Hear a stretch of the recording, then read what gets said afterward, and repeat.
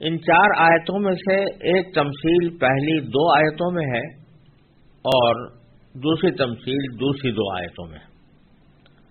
ان دونوں کو الگ الگ سمجھنا مناسب ہوگا. لہذا میں پہلی تمثیل کی 2 آیتیں پڑھتا ہوں اور اس کا ترجمہ اور اس کی تفسیر، اور اس کے بعد پھر انشاءاللہ دوسری تمثیل کی 2 آیتیں اور ان کی تفسیر. مثلهم كمثل الذي استوقد نارا فلما أضاءت ما حوله ذهب الله بنورهم وتركهم في ظلمات لا يبصرون صم بكم عمي فهم لا يرجعون. ان کی مثال اس شخص کی سی ہے جس نے ایک آگ روشن کی، پھر جب اس آگ نے اس کے ماحول کو روشن کر دیا تو اللہ نے ان کا نور سلب کر لیا اور انہیں اندھیریوں میں چھوڑ دیا کہ انہیں کچھ سجائی نہیں دیتا. وہ بہرے ہیں، گونگے ہیں، اندھے ہیں،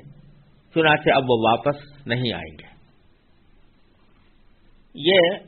منافقین کی ایک مثال اللہ تبارک و تعالی نے عطا فرمائی ہے، اور اس سے مراد وہ منافقین ہیں کہ جو ہدایت کے واضح ہو جانے کے باوجود اور اسلام کی حقانیت کے دلائل کو سمجھ لینے کے باوجود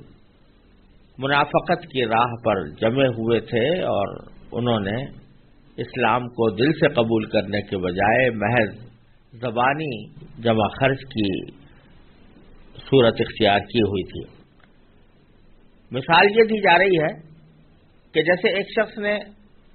اندھیری رات ہے اور اندھیری رات میں فرض کری ہے کہ وہ جنگل میں ہے یا صحرا میں ہے، اس نے روشنی پیدا کرنے کے لیے آگ جلائی. آگ نے اس کے تمام ماحول کو روشن کر دیا. پھر اچانک وہ آگ جو جلائی گئی تھی وہ اللہ تعالی نے بجھا دی، اور اس کے نتیجے میں اندھیرے میں لوگ کھڑے رہ گئے.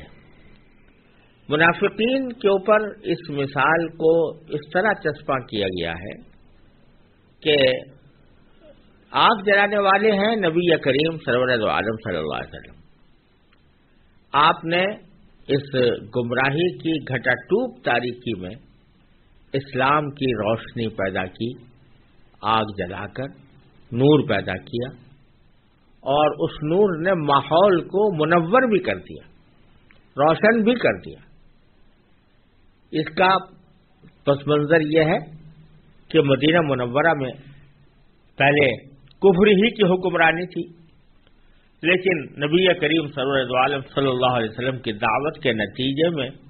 مدینہ منورہ میں اسلام کا نور پھیلنا شروع ہوا، اور یہاں تک کہ مدینہ منورہ کی اکثریت، مدینہ منورہ کے باشندوں کے اکثر لوگ نبی کریم صلی اللہ علیہ وسلم کی دعوت کو قبول کر کے اسلام میں داخل ہو گئے. اور جب نبی کریم صلی اللہ علیہ وسلم مدینہ منورہ تشریف لائے تو انہوں نے بڑی گرم جوشی سے آپ کا استقبال کیا. تو مدینہ منورہ میں نبی کریم صلی اللہ علیہ وسلم کے لائے ہوئے نور کو اللہ تبارک و تعالی نے پھیلا دیا تھا.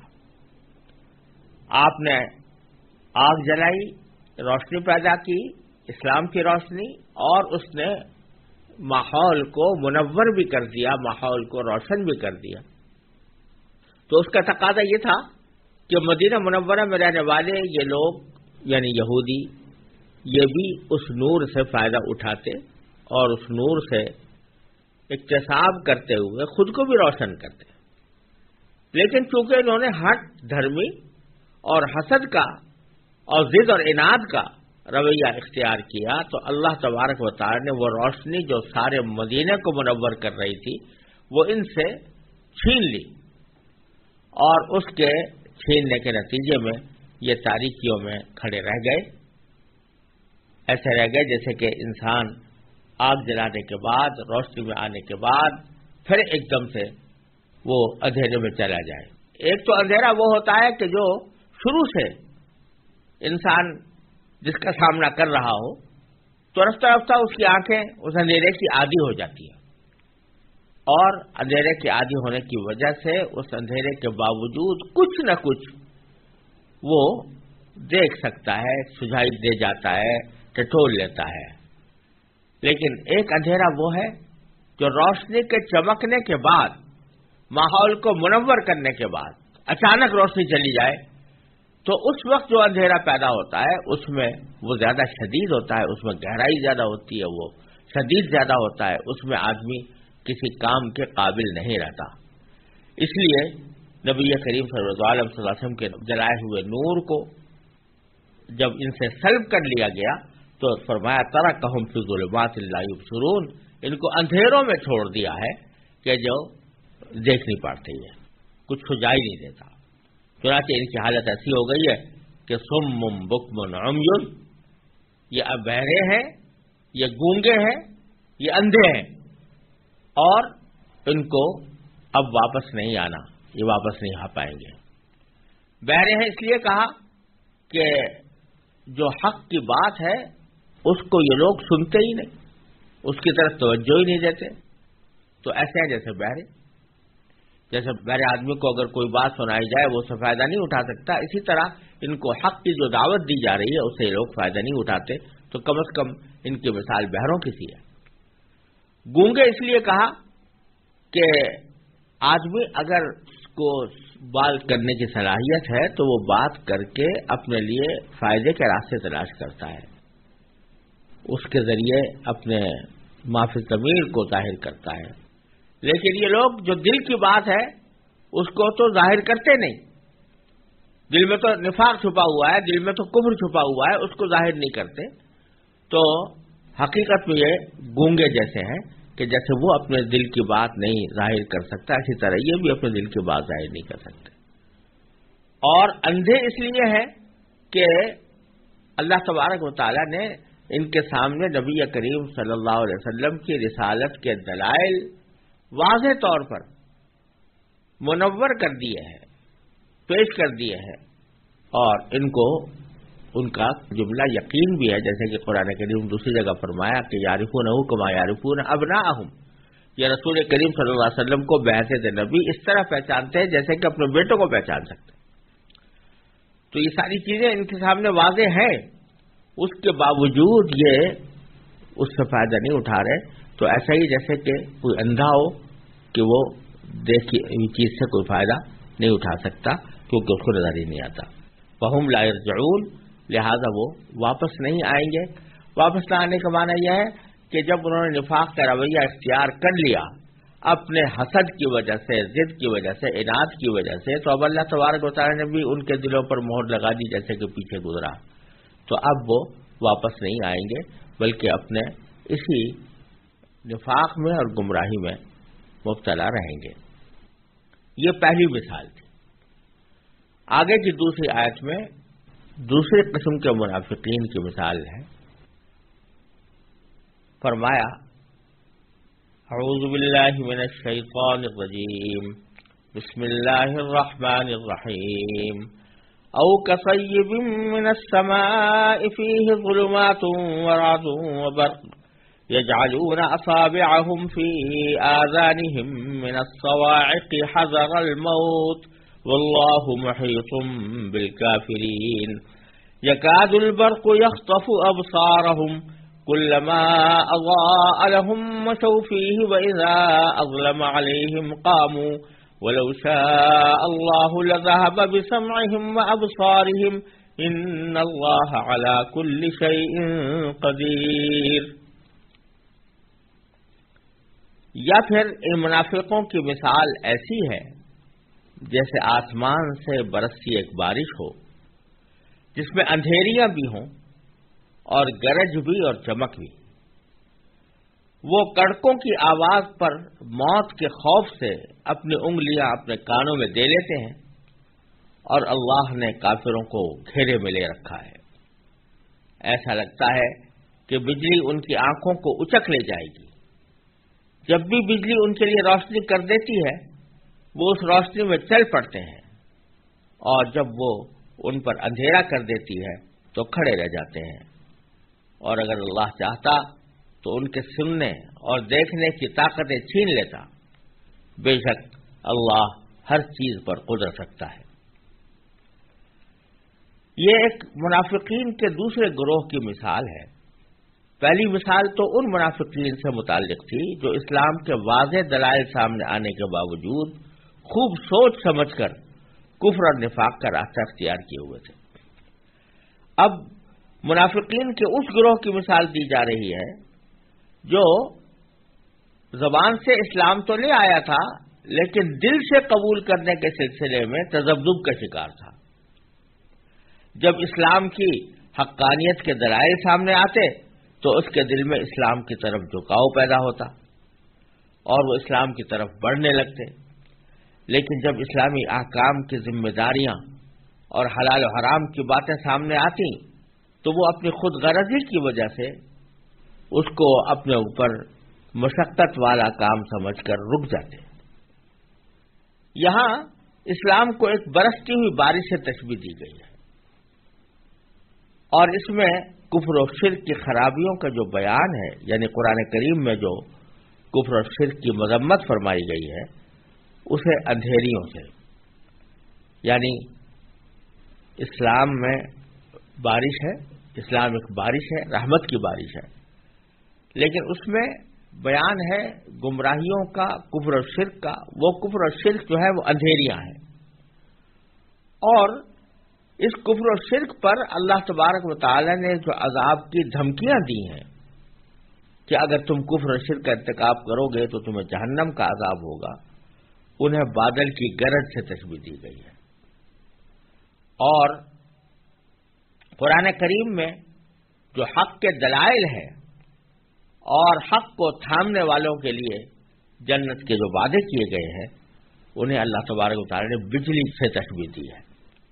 تو فرمایا کہ یہ ایسی بارش ہے جس میں اندھیریاں بھی ہیں، گرج بھی ہے اور چمک بھی ہے۔ اندھیریوں سے مراد کفر و شرک کا بیان، اور گرج سے مراد کفر و شرک پر اللہ تبارک و تعالی نے جو وعیدیں ارشاد فرمائی ہیں، جہنم کی دھمکیاں دی ہیں، وہ گرج، اور چمک سے مراد وہ دلائل ہیں جو اسلام کی حقانیت پر دلالت کرتے ہیں۔ تو یہ بارش ایسی ہے کہ جس میں یہ ساری چیزیں موجود ہیں، اندھیریاں بھی، گرج بھی اور چمک بھی۔ اب جب ان کے سامنے جہنم کی وعیدیں آتی ہیں، یعنی کہا جاتا ہے کہ کفر و شرک کے نتیجے میں تمہیں جہنم کے عذاب کا سامنا کرنا پڑے گا، تو قرآن کریم کہتا ہے کہ وہ کڑکوں کی آواز پر موت کے خوف سے انگلیاں اپنے کانوں میں دے لیتے ہیں، یعنی ان دھمکیوں کے نتیجے میں ان کو جب یہ ڈر لگتا ہے کہ ہم اپنے کفر کی وجہ سے ان دھمکیوں کا مصداق بنیں گے اور جہنم کے عذاب کا ہمیں سامنا کرنا پڑے گا، تو بجائے اس کے کہ ان دھمکیوں سے مرعوب ہو کر اور ان دھمکیوں کا اثر لے کر وہ حق کو قبول کرتے، وہ اور اپنی انگلیاں کانوں میں دے لیتے ہیں کہ بھائی سنائی نہ دے تو اچھا ہے۔ یہ اسی احمق کی طرح ہے کہ جس کے سامنے کڑکے کی آواز آ رہی ہے، بجلیوں کی آواز آ رہی ہے، بجلی گرنے کا اندیشہ ہے، لیکن وہ اپنے کانوں میں انگلی دے کر اپنے آپ کو مطمئن کرنا چاہتا ہے کہ گویا آواز آ ہی نہیں رہی، تو وہ اپنے کانوں میں موت کے خوف سے انگلیاں دے لیتے ہیں۔ تو اشارہ اس بات کی طرف ہے کہ جب اللہ تبارک و تعالیٰ کی طرف سے قرآن کریم میں جہنم کی وعیدیں بیان کی جاتی ہیں تو بجائے اس کے کہ ان کا اثر لیں، وہ کوشش کرتے ہیں کہ کانوں میں انگلیاں دے کر اس سے کان بند کر لیں تو اس سے محفوظ ہو جائیں، حالانکہ اس سے بڑی حماقت کوئی نہیں ہوتی۔ تو چنانچہ باری تعالیٰ فرماتے ہیں اللہ نے ان کو، کافروں کو گھیرے میں لے رکھا ہے۔ گھیرے میں لے رکھا ہے کا مطلب یہ ہے کہ وہ یہ سمجھ رہے ہیں کہ ہم کانوں میں انگلی دے کر بچ گئے، اس عذاب سے بچ گئے۔ جیسے کوئی شخص سامنے سے کسی حملہ آور کو دیکھ کر آنکھ بند کر لے اور یہ سمجھے کہ میں حملہ آور سے بچ گیا، حقیقت میں وہ بچتا نہیں، وہ اس کی حماقت ہے۔ تو یہ لوگ جو کانوں میں انگلیاں دے کر اپنے آپ کو محفوظ سمجھ رہے ہیں، یہ حماقت کی بات ہے۔ اللہ نے تو ان کو گھیرے میں لے رکھا ہے، یہ کانوں میں انگلیاں دیں یا آنکھیں بند کریں یا کچھ بھی کریں، اللہ تبارک و تعالی ان کو عذاب میں گھیر لے گا. جب ان کے عذاب کا وقت آئے گا تو یہ عذاب میں مبتلا ہو کر رہیں گے. اور آگے پھر فرمایا گیا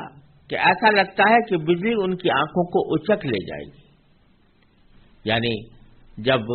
حق کے دلائل ان کے سامنے آتے ہیں تو ایک دم سے دل اس کی طرف مائل ہوتا ہے. دل چاہتا ہے کہ ہم اس کو قبول کر لیں. بات تو بالکل ٹھیک کہی جا رہی ہے, دلائل بڑے معقول ہیں, لہذا ان کا دل چاہتا ہے کہ ہم اس کو قبول کر لیں. لیکن چنانچہ جب بجلی ان کے لیے روشنی کر دیتی ہے,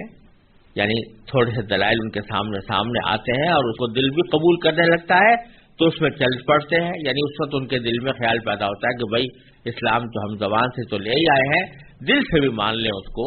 اور اس کے تمام احکام پر عمل کریں. لیکن جب ان کے خواہشات اور ان کے جذبات نفس اور ان کے مفادات ان کے سامنے آتے ہیں اور یہ خیال آتا ہے کہ اگر ہم نے یہ قبول کر لیا, اسلام کو صحیح معنی میں قبول کر لیا, تو ہمارے سردار ہم سے ناراض ہو جائیں گے. جو لوگ ہمارے سامنے ہمیں فائدے پہنچایا کرتے ہیں ان کے فائدوں سے ہم محروم ہو جائیں گے, دنیا میں فوائد سے محروم ہو جائیں گے. اور اس بات کا بھی خیال رہتا تھا کہ ان کے دماغ میں یہ بات بھی کبھی کبھی آیا کرتی تھی کہ شاید نبی کریم صلی اللہ علیہ وسلم کی دعوت کچھ دنوں کے اندر خود بخود معاذ اللہ اپنی موت آپ مر جائے اور دوسرے لوگ غالب آ جائیں, تو اس وقت ہمارا کیا بنے گا. تو اس قسم کے جو خیالات اور اندیشے ان کے دل میں آتے ہیں تو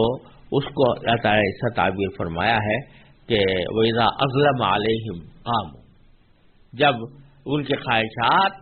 کے نتیجے میں وہ بجلی اندھیرا کر دیتی ہے ان کے اوپر, یعنی بجلی کی چمک ختم ہو جاتی ہے, تو پھر وہ کھڑے رہ جاتے ہیں, یعنی آگے اسلام کی طرف بڑھنے سے رک جاتے ہیں. وَلَوْ شَاءَ اللَّهُ لَذَهَبَ بِسَمْعِهِمْ وَأَبْصَارِهِمْ, اور اگر اللہ چاہتا تو ان کے کانوں اور ان کی آنکھوں دونوں کو چھین لیتا, دونوں کو